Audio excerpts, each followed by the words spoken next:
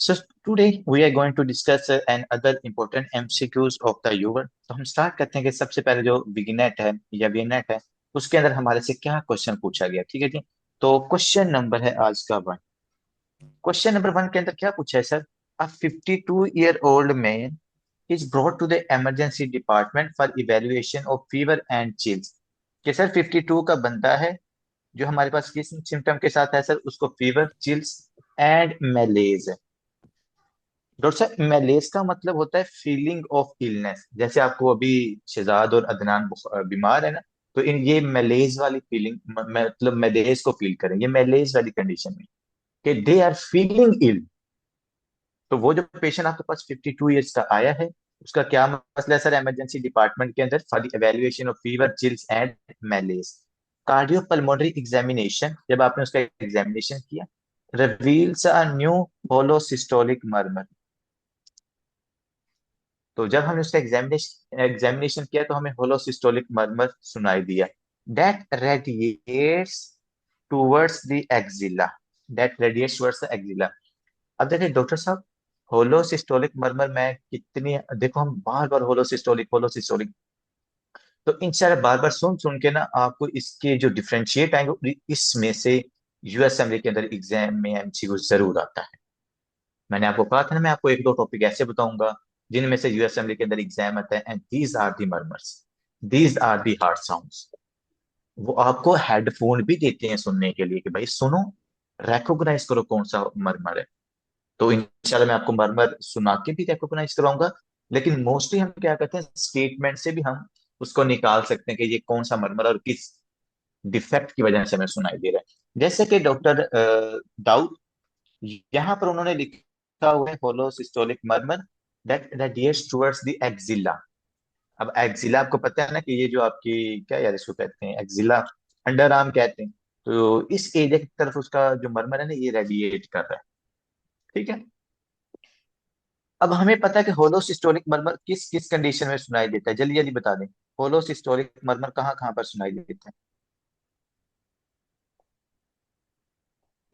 Epics में सुनाई किस देता किस, है आई थिंक। और ट्राइकस बड़ी एरिया होता है। नहीं मतलब किस किस डिजीज के अंदर आपको सुनाई देता है होलोसिस्टोलिक मर्मर, कौन सी कंजेनिटल डिफेक्ट्स की वजह से। जैसा कि मैंने आपको बताया हुआ किस्सा। वेंट्रिकल सेप्टल डिफेक्ट में भी आई थिंक सुनाई देता है। Ventricular septal okay. डिफेक्ट में। और ये मिट्रल रिगर्गिटेशन में भी सुनाई देता है। ओके। और ये ट्राइकस्पेट रिगर्गिटेशन होती है वहाँ भी सुनाई देता है। साइक एस्पिरेट regurgitation में कुछ ना प्रोमिनेंट नहीं होता। अयोटिक regurgitation में क्या प्रोमिनेंट होता है। जी डॉक्टर दाऊद, आप क्या कह रहे हैं। सर मैं भी कह रहा था एएसडी वीएसडी और आयोटिक और मेटल वाली consultation. Very good. ASD, VSD. VSD and aortic regurgitation and mitral regurgitation। अब देखें, आज से कुछ दिन पहले तक आपको ये वाला जो मरमर है ना, ये आपको जहर लग रहा होगा कि यार पता नहीं ये मरमर की क्या कहानी होती है। वो मैंने इतनी दफा रिपीट किया कि वो अब आपको बहुत इजी लग रहा होगा इंशाल्लाह। सारे टॉपिक्स ही आपको ऐसे लगेंगे। अब आप कहेंगे सर यहाँ पर मरमर है, तो होलोसिस्टोलिक में से अब ये चार कंडीशन में से कोई ना कोई एक कंडीशन होगी यहाँ पर। इनमें से कोई ना कोई एक कंडीशन इस पेशेंट के अंदर हो सकती है। ठीक है जी। अब दूसरा बच्चे आपको बताऊं ना, तो आपने लोकेशन के ऊपर गौर करना है doctor. That radiates towards the axilla. तो अगर कोई भी मरमर ना एक्सिला की तरफ रेडिएट करता है ना, तो इसका मतलब है कि वो मिट्रल वाल्व के अंदर कोई ना कोई प्रॉब्लम। कहाँ पर, अगर वो एक्सिला की तरफ रेडिएट करता है ना, तो इसका मतलब है उस पेशेंट के अंदर मिट्रल रिगर्गिटेशन हो सकती है। जहां पर भी एक्सिला आएगा ना, आपने मिट्रल वाल्व को याद रखना है कि यहाँ मिट्रल स्टेनोसिस होगी या मिट्रल रिगर्गिटेशन होगी। अगर वीएसडी की मैं बात करूंगा, तो वीएसडी आपको जो स्टर्नम का लोअर बॉर्डर है ना, फोर्थ इंटरकोस्टल स्पेस, वहां पर आपको वीएसडी सुनाई देता है। आईओटी जो आईओटी का regurgitation है, ये आपको राइट सेकंड इंटरकोस्टल स्पेस वाली एरिया के अंदर सुनाई देता है। तो ये इनकी लोकेशंस की बेस के ऊपर आपने इनको मर्मर्स को डिवाइड करना होता है। ठीक है, फिर हमें पता चल जाता है easily. Blood cultures are obtained and the patient undergoes transoesophageal echocardiography. बच्चे ये जो ट्रांस एसोफिजियल इकोकार्डियोग्राफी ने, जिसको हम कहते हैं TEE.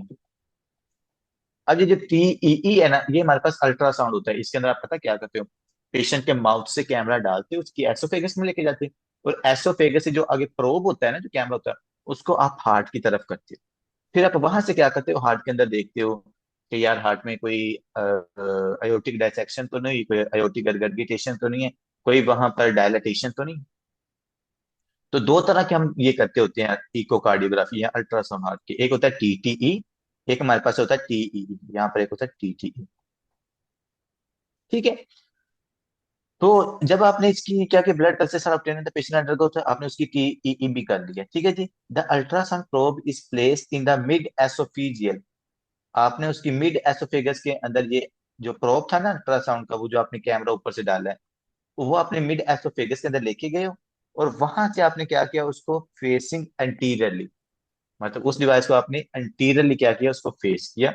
And the cardiac chambers are interrogated, और फिर कार्डिक चैम्बर्स को आपने क्या किया, इंटेरोगेट किया, मतलब उनको देखा आपने।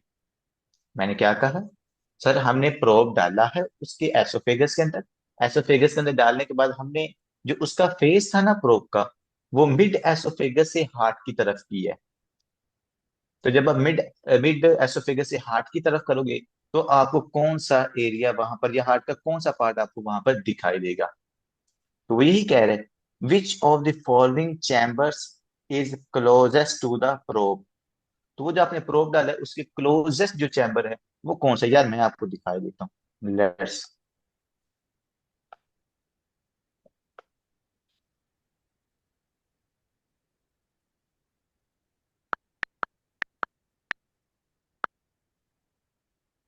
हम्म। क्योंकि क्लियर हो जाए, ये वर्ड इतनी दफा यूज होता है ना। अब ये देखो डॉक्टर साहब,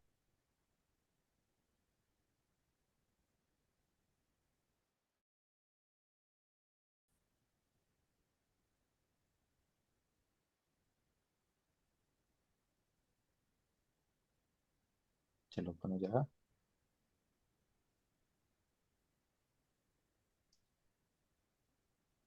यहाँ पर देखो दाऊद, ये आपने डाला इसके अंदर प्रोब, ये प्रोब एसोफेगस के अंदर गया, और ये देखो एसोफेगस के अंदर यहाँ पर आपने इसके आगे कैमरा लगा होता है, और इससे आप क्या करते हो, आप हार्ट को देख रहे होते हो। और दूसरी तरफ देखो उसकी तस्वीर आ जाती है पूरी।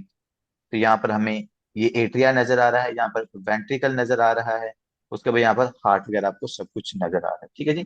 तो ये चीज आपने क्या रखनी है यहाँ पर, याद रखनी है। मतलब थोड़ा सा आपको आइडिया हो गया कि जो टीई होता है ये किस तरह का दिखाई देता है। ठीक है।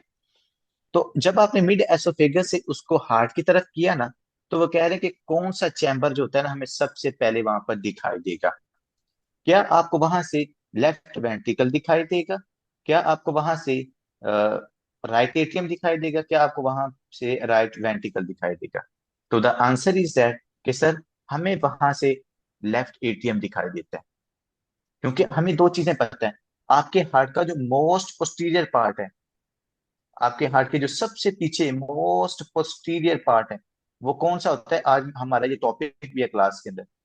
तो मोस्ट पोस्टीरियर पार्ट है आपका, मोस्ट पोस्टीरियर पार्ट है सर आपका लेफ्ट एट्रियम। और मोस्ट एंटीरियर पार्ट कौन सा है, जो सबसे आगे आगे की तरफ है, वो हमारे पास है राइट वेंट्रिकल। तो ये चीज आपने याद रखनी है। अगर आप हार्ट को आगे की तरफ से देखोगे तो आपको राइट वेंट्रिकल सबसे पहले दिखाई देगा, अगर आप हार्ट को पीछे से देखोगे तो आपको लेफ्ट एट्रियम सबसे पहले दिखाई देगा। ठीक है जी। तो इसका आंसर क्या है, left atrium, that is the answer.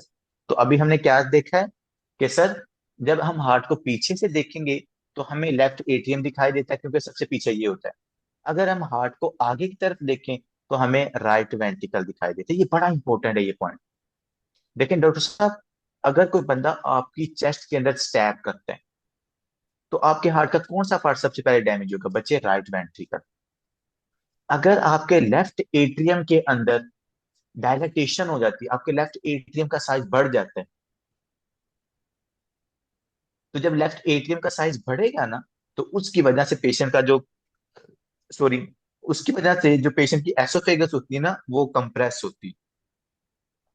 तो इसलिए यहाँ पर उसने ये बताया है कि मिट्रल रिगर्गिटेशन पेशेंट को ही है। मिट्रल रिगर्गिटेशन से पेशेंट के अंदर क्या होता है, लेफ्ट एट्रियम का साइज बढ़ जाए, अगर वो साइज जब बढ़ता है ना तो पेशेंट की एसोफेगस भी कंप्रेस होती है। तो इस वजह से पेशेंट को डिस्फेजिया भी होता है, इसको हम कहते हैं ओटनर सिंड्रोम। ओटनर सिंड्रोम में क्या होता है, left atrial hypertrophy, and patient के अंदर होता है मतलब कि होर्सनेस, उसकी आवाज भारी हो जाती है। तीसरा पेशेंट के अंदर में डिस्फेजिया नजर आती है। तो इस एमसीक्यूज ने आपके दो कंसेप्ट क्लियर किए हैं कि आपके हार्ट का मोस्ट अंटीरियर आगे की तरफ कौन सा है आपके हार्ट का part, that is the right ventricle, इसको मैं लिख देता हूं अंटीरियर। और सबसे पीछे कौन सा है मोस्ट पोस्टीरियर, वो है आपका लेफ्ट एट। ठीक है, ये बात आपने यहां पर याद रखनी है। जी डॉक्टर दाऊद, मुझे जल्दी जल्दी बताएं, आपके हार्ट का सबसे पीछे वाला पार्ट कौन सा है? मतलब अगर मैं पीछे से हार्ट को देखूं तो सबसे पहले मुझे कौन सा दिखाई देगा? Left atrium. Left atria. और लेफ्ट एट्रिया के पीछे क्या होती है? एसोफेगस। ठीक हो गया। जी डॉक्टर शहजाद, सबसे मोस्ट अंटीरियर पार्ट कौन सा होता है? Right ventricle. Right ventricle. ठीक है, ये बात आपने याद रखनी है। इसके ये दो तीन इसका एमसीक्यूज भी एमसीक्यू एक और। मैंने पढ़ा था इसमें। वो मतलब बोलता है कि हिस्ट्री होती है उसको स्टैबिंग की, मतलब चाकू वाकू को कोई हाँ, मारता है तो बोलते हैं कौन सा उसको पार्ट डैमेज हुआ है। तो यही मोस्ट मैंने चांस आपको होते हैं कि इनका राइट वेंट्रिकल इंटीरियर पार्ट होता है। एग्जैक्टली मैंने आपको यही तो बताया ना कि उस पेशेंट के अंदर अगर आप आगे से कुछ चीज मारोगे तो राइट वेंट्रिकल डैमेज होगा, पीछे से अगर कुछ चीज मारोगे तुम्हारे पास क्या होगा? लेफ्ट एट्रियम डैमेज होगा। ठीक है जी। नेक्स्ट क्वेश्चन पे आते हैं जी। Which of the following is most likely the artery indicated by the arrow in the image? तो बच्चे उन्होंने हमसे पूछा है कि सर ये जो आर्टरी है ना, ये जो एरो को बता रही है, हमने इस आर्टरी का नाम बताना। सिंपल सी बात।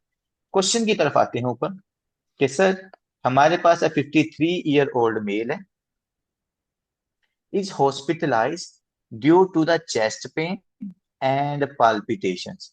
पेशेंट को चेस्ट पेन है और उसको पाल्पिटेशन हो रही है। Cardiac catheterization. कार्डिक कैथेटराइजेशन क्या होता है? आप हार्ट के अंदर कैथेटर डालते हो। Is planned to evaluate for coronary artery disease. तो हमने क्या कहा यार, इसकी ना कैथेटराइजेशन करवाते हैं ताकि हमें पता चल जाए कि इसको चेस्ट पेन या पाल्पिटेशन क्यों हो रही है। The femoral artery is palpated in the right ground region and a catheter is introduced in the common femoral artery।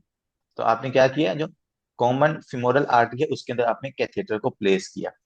The associated vasculature is visualized after injecting a contrast agent into the catheter। तो अब यहाँ पर देखो, ये जो आपको नजर आ रहा है ना बच्चे, ये कैथेटर है। और ये कैथेटर हमने किसके अंदर डाला है सर? कॉमन फिमोरल आर्टरी के अंदर। ये है कॉमन फिमोरल आर्टरी। कॉमन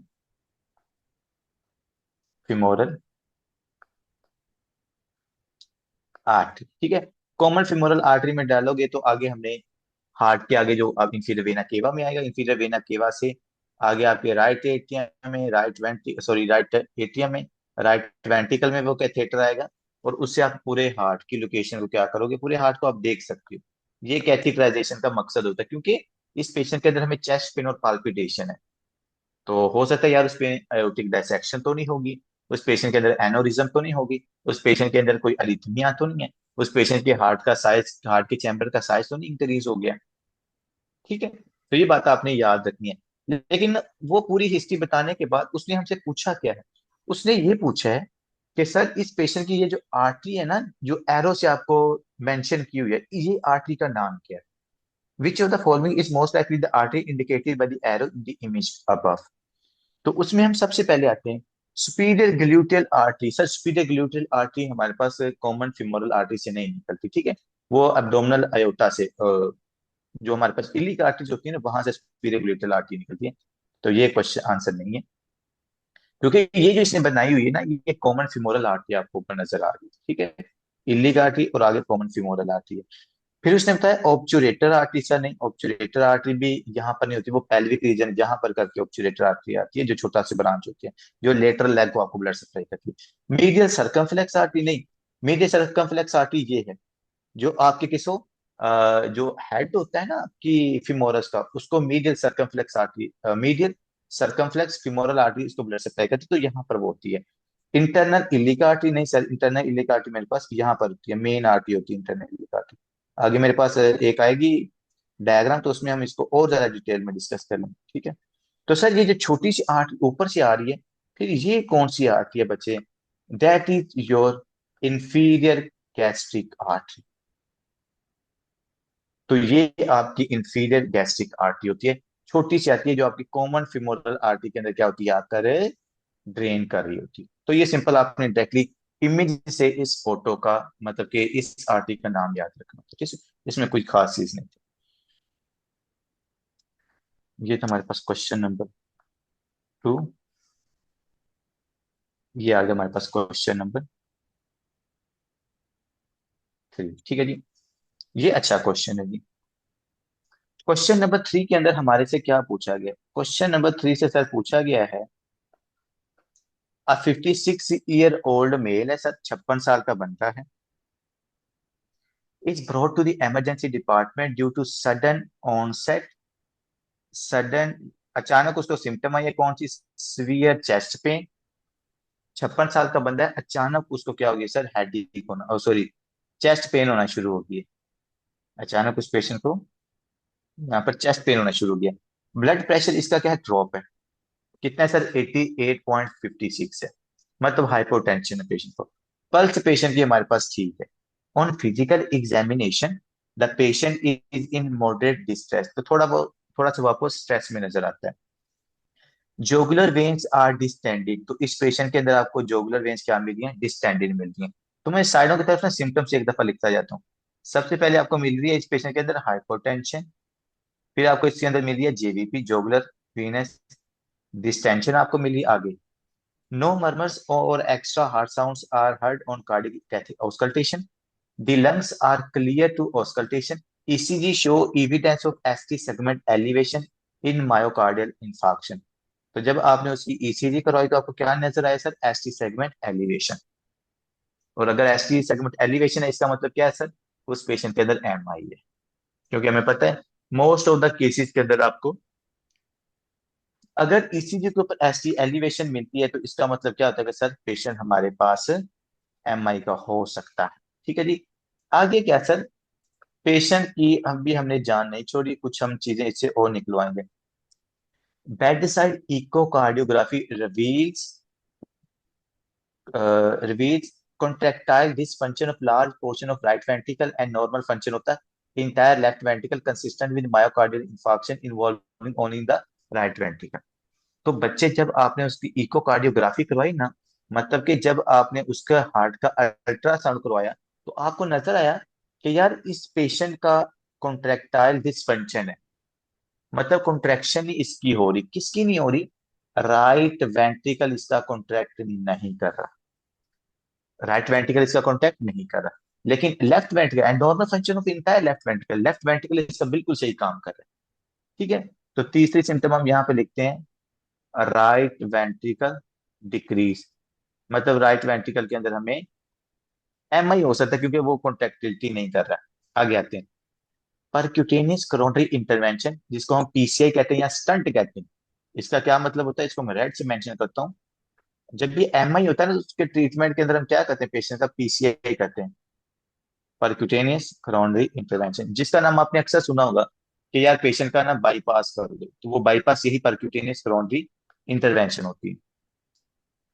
तो अगर मैं शुरू से आपको बताऊं, तो इस पेशेंट के अंदर क्या हो रहा है सर, राइट वेंट्रिकल के अंदर एमआई हुआ है, और उसके लिए ट्रीटमेंट के लिए आपने उस पेशेंट की पीसीआई करवाई है, मतलब परक्यूटेनियस कोरोनरी इंटरवेंशन की है। With coronary angiography is performed and show thrombotic occlusion affecting one of the major coronary arteries. और साथ हमने उसकी एंजियोग्राफी भी करवाई है। जब आपने एंजियोग्राफी करवाई ना, एंजियोग्राफी पता क्या करती है, आपको ब्लड वेसल्स को दिखाती है। जैसे ये देखो, ये भी आपके पास एंजियोग्राफी इस पेशेंट की हुई है कि आपने कंट्रास्ट डाला, आपको तमाम ब्लड वेसल्स नजर आ रही हैं। तो इसी तरह इसकी जो कोरोनरी आर्टरीज है ना, वो आपको नजर आती है, जैसे ऊपर आपको नजर आ रही है। तो जब हमने एंजियोग्राफी करवाई तो आपको ओक्लूजन नजर आई, उसने कहा ऑब्स्ट्रक्शन नजर आई, affecting one of the major coronary arteries, जो क्या करी थी, एक मेजर कोरोनरी आर्टरी को वो ऑब्स्ट्रक्ट करी थी। No other significant atherosclerotic lesions are identified. Which of the following most likely explain the findings in this patient? तो बच्चे इस पेशेंट में क्या क्या मसला है सर, इस पेशेंट के अंदर एक तो मसला था हाइपोटेंशन, इस पेशेंट का ब्लड प्रेशर डिक्रीज था, जोकुलर वीनस डिस्टेंशन थी इस पेशेंट के अंदर। तीसरा इसको राइट वेंट्रिकल का एमआई हुआ है। हाँ जी। जब भी पेशेंट के अंदर आपको राइट वेंट्रिकल के अंदर एमआई नजर आता है, और साथ आपको उस पेशेंट में क्या नजर आ रहा है सर, हमें हाइपोटेंशन भी नजर आ रही है। हमें उस पेशेंट के अंदर हाइपोटेंशन भी नजर आ रही है, उसका ब्लड प्रेशर ड्रॉप है, ये देखो। क्योंकि ज्यादातर जो एमआई के पेशेंट होते हैं उनमें बीपी ड्रॉप नहीं होता, लेकिन एक स्पेसिफिक कंडीशन है, जिस कंडीशन, एक स्पेसिफिक आर्टरी है, जिस आर्टरी के अंदर अगर ऑब्स्ट्रक्शन हो तो आपको क्या होता है, ब्रेडिकार्डिया भी होता है और आपको एम्बाई भी होता है। वो कौन सी आर्टरी हो सकती है जी? सबसे पहले बात करते हैं लेफ्ट अंटीरियर डिसेंडिंग आर्टरी। तो क्या लेफ्ट अंटीरियर डिसेंडिंग आर्टरी की वजह से आपको राइट वेंट्रिकल का एमआई होता है? नहीं सर। तो ये ऑप्शन भी नहीं है। दूसरा ऑप्शन क्या है सर, कि लेफ्ट अंटीरियर डिसेंडिंग और राइट डोमिनेंट। देखो राइट डोमिनेंट और लेफ्ट डोमिनेंट आज मैं टॉपिक, आज हमारा ये भी टॉपिक है, ये भी आज मैं आपको पढ़ाऊंगा। राइट डोमिनेंट का मतलब पता है क्या होता है? अगर आपके पास, चले मैं यहाँ पर लिख देता हूँ, ये आपके पास है मेन एक कोरोनरी आर्टरी, इससे निकलती हैं दो ब्रांच। एक को हम कहते हैं राइट कोरोनरी आर्टरी, एक को हम कहते हैं लेफ्ट कोरोनरी आर्टरी। ठीक है। अब ये राइट कोरोनरी आर्टरी यहाँ पर आई, लेफ्ट कोरोनरी आर्टरी फिर क्या करती है, दो ब्रांचेस देती है। कौन सी वो दो ब्रांचेस होती हैं सर? एक हमारे पास लाडा होती है, लेफ्ट एंटीरियर डिसेंडिंग आर्टरी। एक होती है लेफ्ट सर्कमफ्लेक्स आर्टरी। और ये दूसरी तरफ आपकी आ रही है राइट कोरोनरी आर्टरी। और ये आपका जो पोर्शन है ना, ये लेफ्ट वेंट्रिकल वाला एरिया सारा, देखें